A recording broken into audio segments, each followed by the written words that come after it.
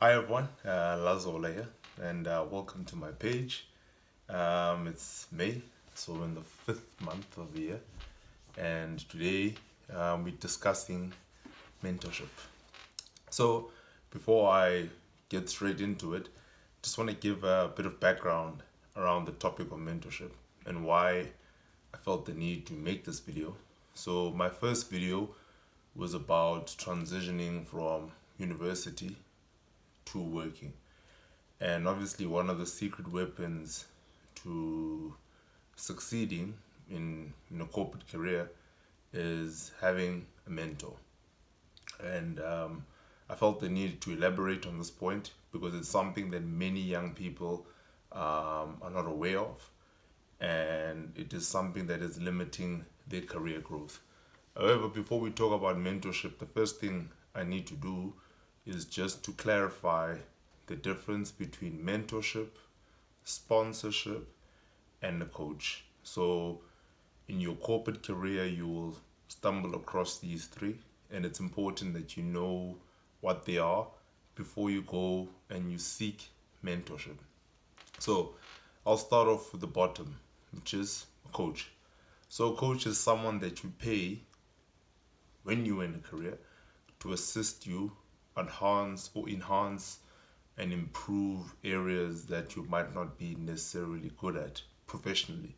So a coach would be someone that you pay to help you be better in presentations, be better in terms of presenting yourself, improving your brand, and just being, I would say, polishing up your soft skills. So these are the things that make you stand out as a person. That's what a coach does.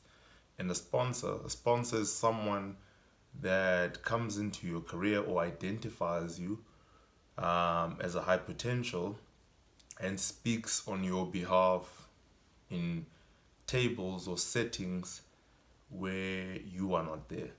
They are an advocate for you in your career, and you absolutely need to have a sponsor in your career. Now, you can't just go and get a sponsor. A sponsor is someone that identifies you based on what you are capable of or what you've proven to have done in your career.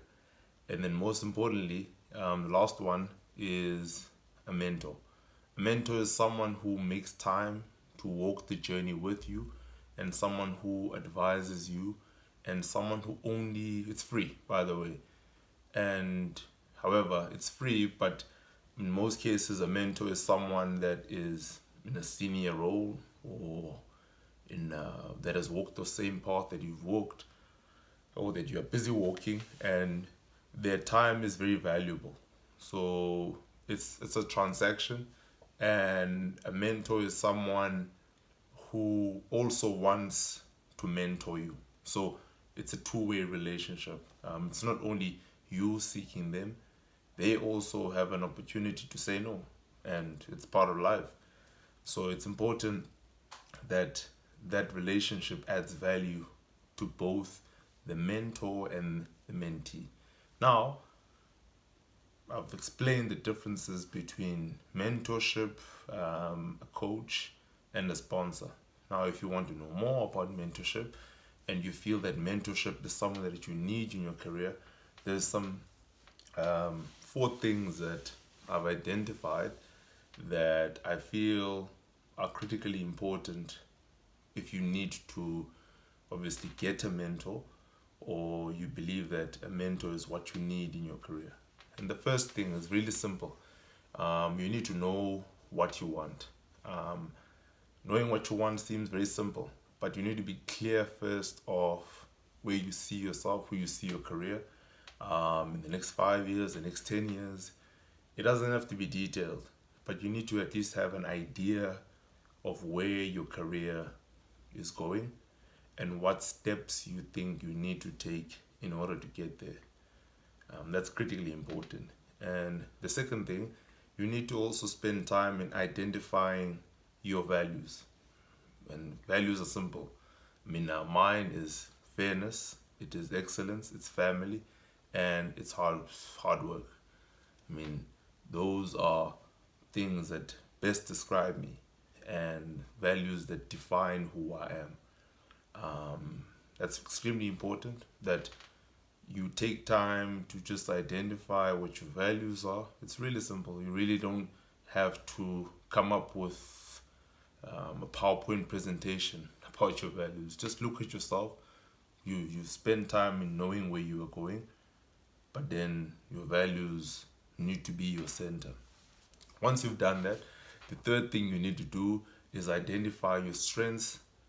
And I was tempted to say weaknesses, but the new word to use is opportunities, or areas of opportunities. So which means that you look at where you want to go, and you evaluate what your values are, and then you look at yourself. So what strengths do you have?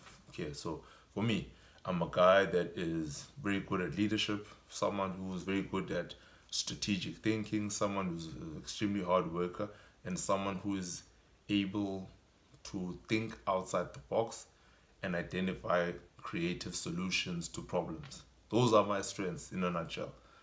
And it's important, once you've identified what your strengths are, you then reflect on what are the things you don't enjoy, that you're not necessarily good at. So for me, one of the key things that I'm not so good at is sitting down to write a long report about something. It's not me, and that's why if I want to seek mentorship, I would seek someone who is good at that. And there's a whole host of other things that I've identified that I'm not good at, and these are things that I don't focus a lot of time in, but I would have a mentor that at least shows more strength in those areas. And then the last one is identifying or pursuing a mentor. And it's really simple. I mean, you need to identify someone that shares the same values as yourself and shows strengths in areas that you might not be good at, and demonstrate some of the strengths that you already have, which means that it's someone that has more strengths in the areas where you have weaknesses, and also is good in the areas that you are good at, so that there can be an element of synergy. And then you just shoot your shot.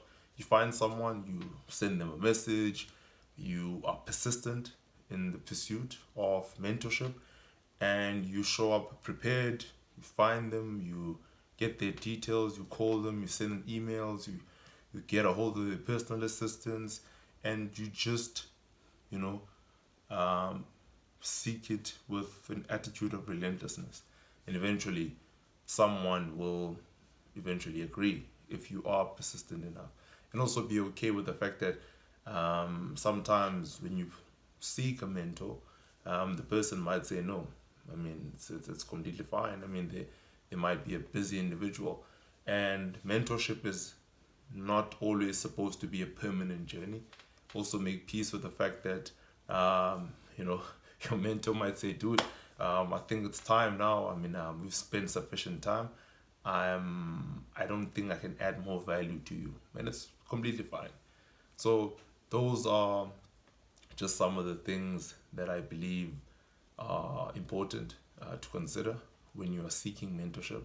And these are the things that I feel can help you get the mentor that you need, and assist you in unlocking your career. So just to refresh, so the first one, which I said, is understanding yourself, and the second one is knowing your values, and the third one is identifying your strengths and weaknesses, and then the fourth one, well, the most important one, is being relentless in pursuing the mentor.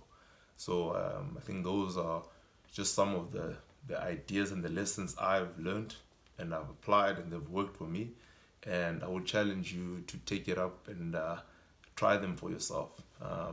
You can subscribe on the video, give me a comment in the comment section, and like the video. Thank you very much for your time. Enjoy your day.